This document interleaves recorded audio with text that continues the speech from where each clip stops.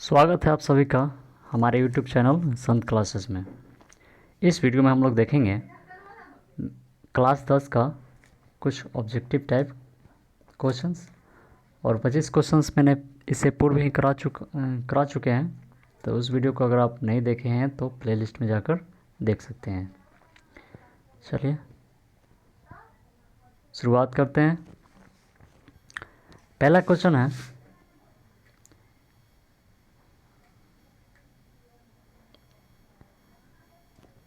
निम्नलिखित में कौन अपरिमेय संख्या नहीं है।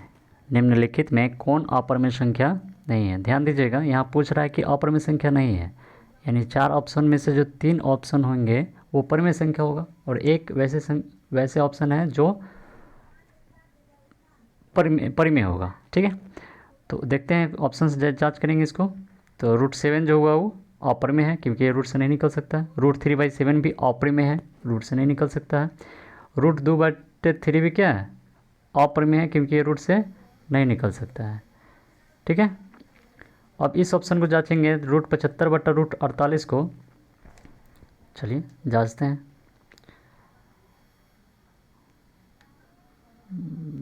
एक मिनट, चलिए √75/√48 था। ठीक है, जब इसको हम सिंप्लीफाई करते हैं, दोनों ही रूट में है तो काट सकते हैं इसको। ये 25 और ये 16 आ जाएगा। 25 5 का और ये हो गया 4 का, तो कर सकते हैं √75/√48 जो है वो अपरिमेय संख्या नहीं है। नेक्स्ट क्वेश्चन देखते हैं। √3 और √5 है पूर्णांक संख्या, एक अपरिमेय संख्या, एक परिमेय संख्या, इनमें से कोई नहीं। बताइए। देखिए √3 और √5 जो है रूट में है, इसका कोई हल नहीं हो सकता, रूट से बाहर ये नहीं निकल सकता है, यानी ये अपरिमेय संख्या है। इसका ऑप्शन सही आंसर हो जाएगा अपरिमेय संख्या। उसके बाद नेक्स्ट क्वेश्चन है, निम्नलिखित में कौन सा भिन्न एक दशमलव प्रसार शांत होगा। निम्नलिखित में कौन सा भिन्न का दशमलव प्रसार शांत होगा। ऑप्शन से जांचेंगे, आप लोग पढ़ चुके होइएगा जब थ्योरी चला होगा क्लास में, तो कि शांत संख्या कब कहलाती है, जब उसके हरों का गुणनखंड 2 और 5 के रूप में आए तो वैसी संख्या शांत होती है, अन्यथा अशांत होती है। ठीक है, तो इन ऑप्शनों को जांचेंगे तो 17/105 105 का फैक्टर कीजिएगा आप तो ये 2 और 5 के रूप में नहीं आएगा। 210 का भी फैक्टर करेंगे 7 तरीका का तो ये भी नहीं आएगा। और √15 और 88 का गुणनखंड करेंगे तो 15 नहीं केवल 88 का गुणनखंड करना है, जाँच कर लेंगे। और उसी तरह इसको अगर हम 160 का गुणनखंड करते हैं, चलिए क्वेश्चन देखते हैं।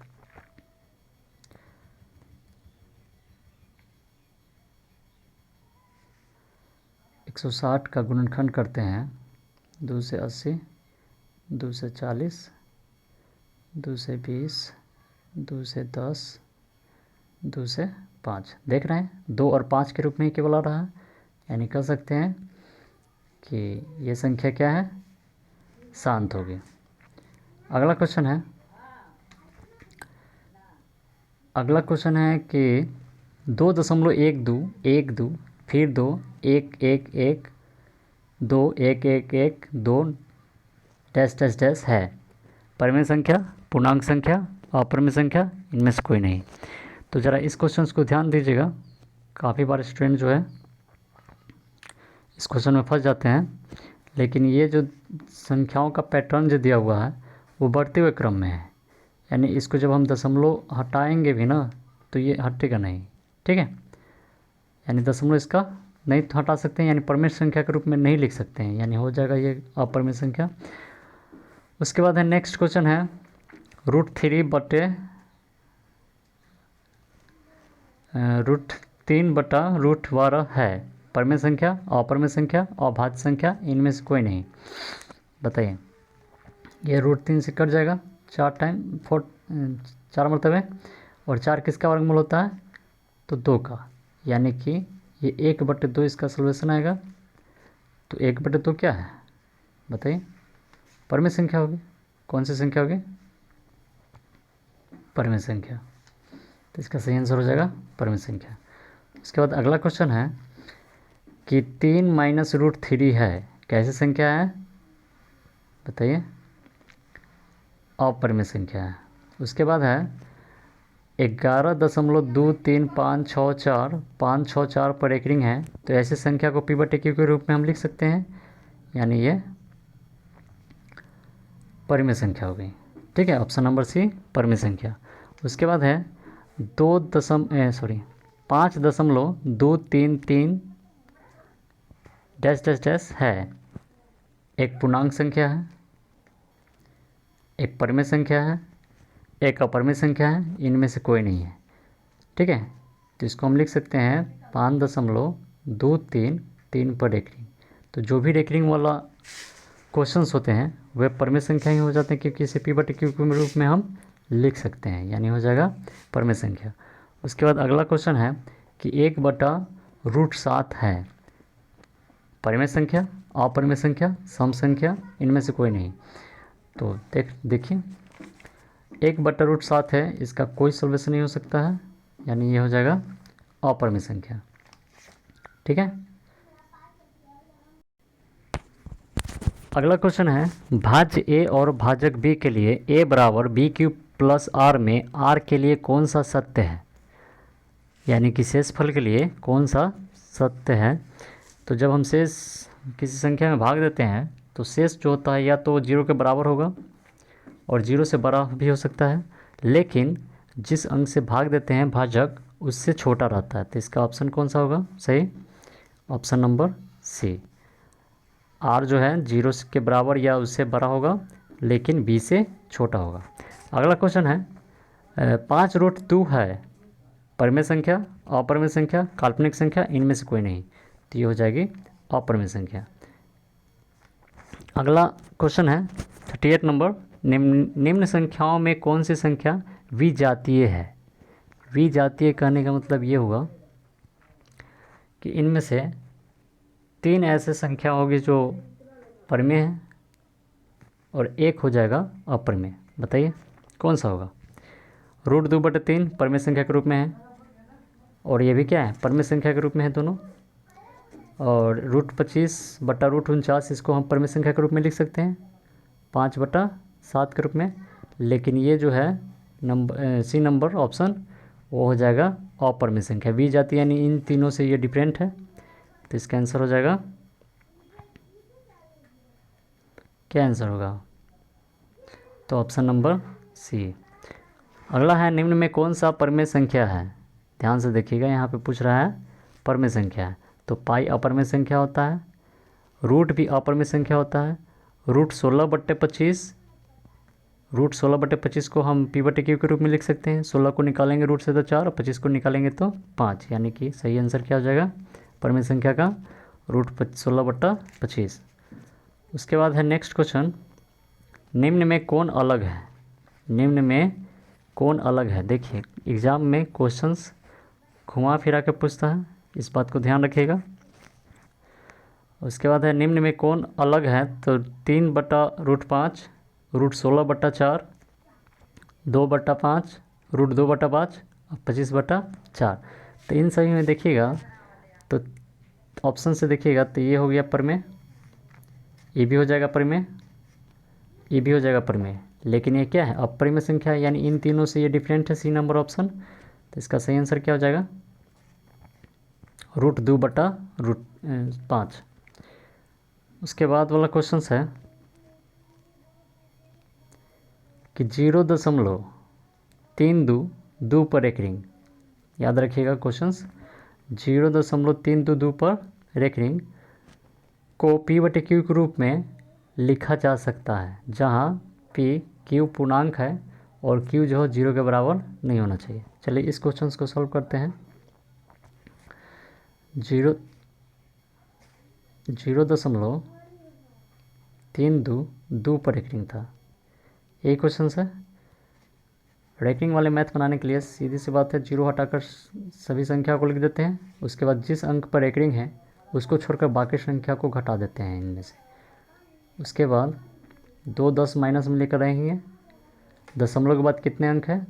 3 और 2 यानी 2 अंक हुआ, तो इसका घात 2। और दशमलव के बाद रैंकिंग वाले अंकों की संख्या कितनी है, 1 है। यानी इसका जब सॉल्वेशन करेंगे, सॉल्व करेंगे तो हो जाएगा 9 3 12 यानी कि 29 बटा 100 में से 10 को सब्सट्रैक्ट कीजिएगा तो 90 यानी 29 बटा 90 होगा। Option number B. अगला क्वेश्चन है,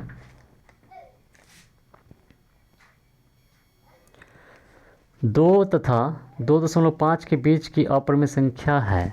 2 तथा 2.5 के बीच की अपरिमेय संख्या है। तो देखिए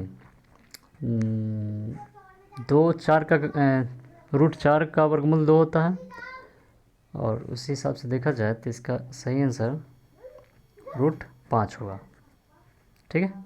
अगला है, निम्नलिखित में से कौन सा कथन सही है, सत्य है।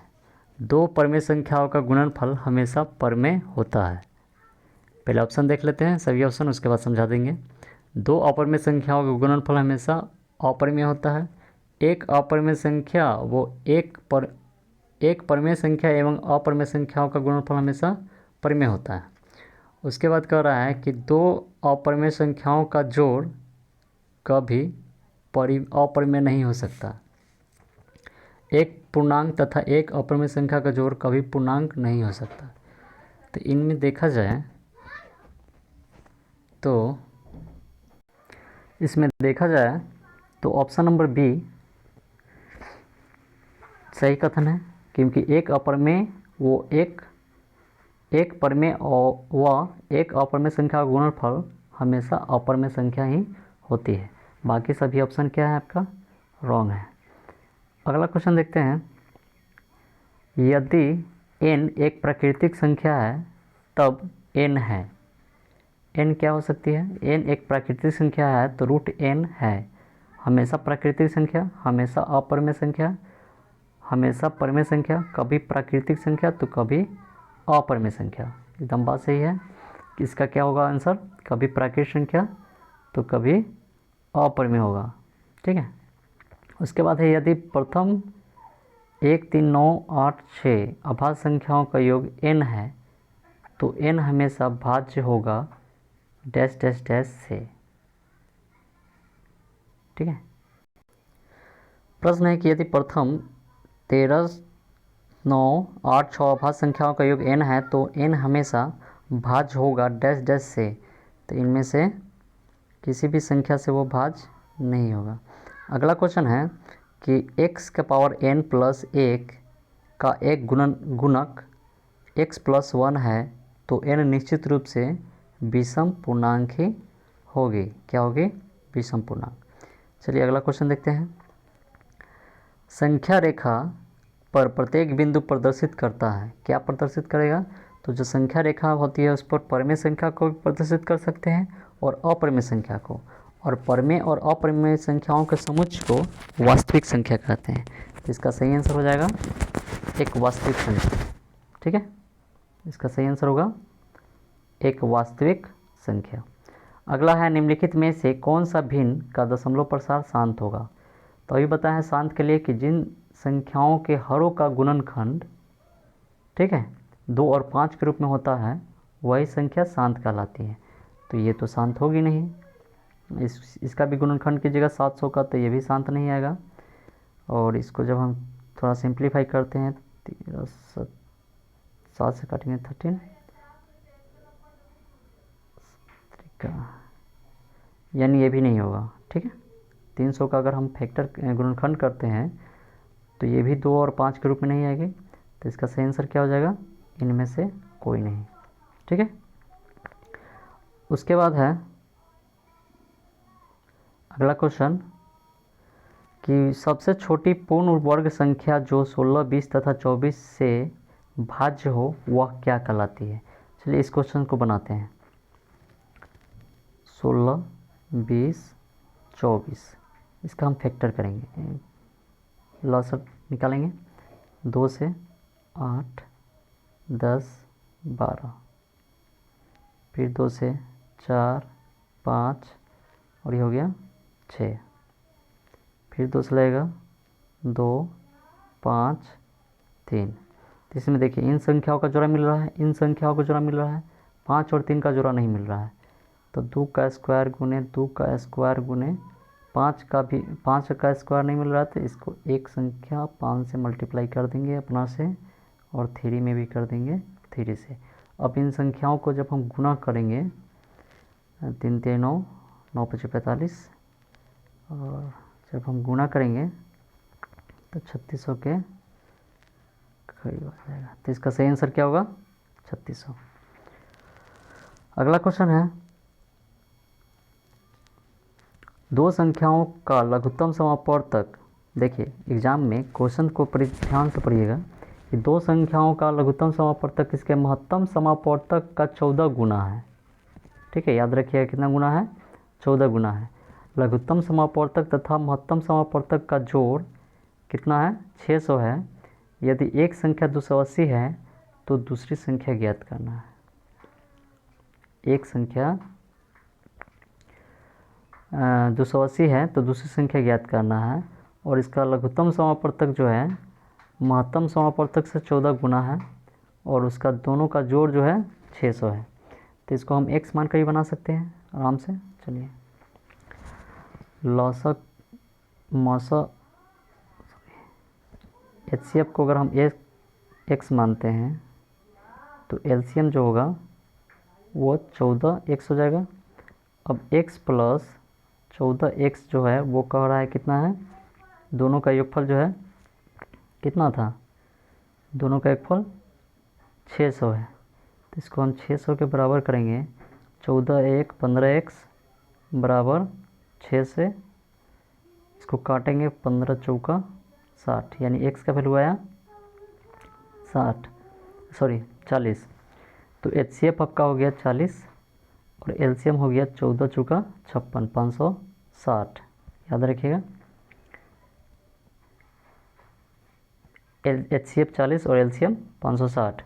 और हम लोग को पढ़े हुए हैं कि पहली संख्या गुना दूसरी संख्या बराबर HCF इंटू LCM होता है। तो इस क्वेश्चंस में किसकी संख्या निकालना है?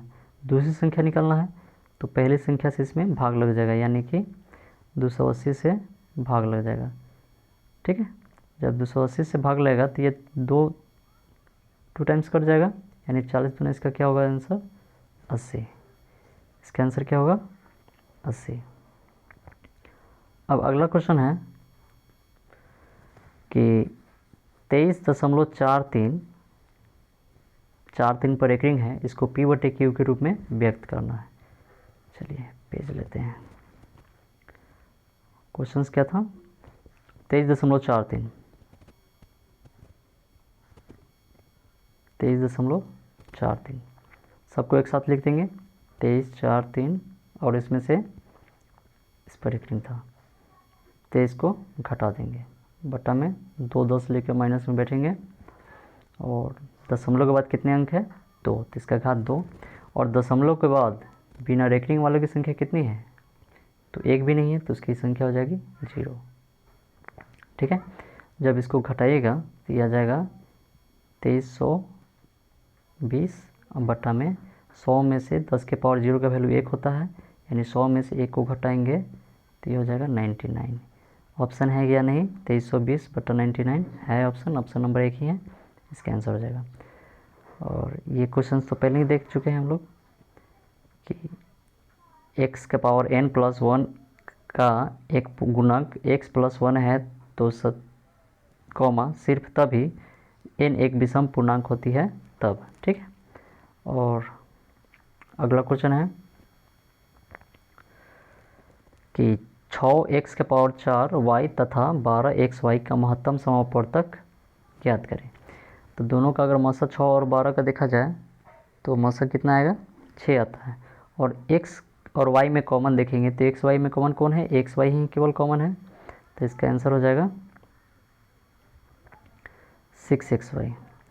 अगला क्वेश्चन है कि √10 गुने √15 बराबर है।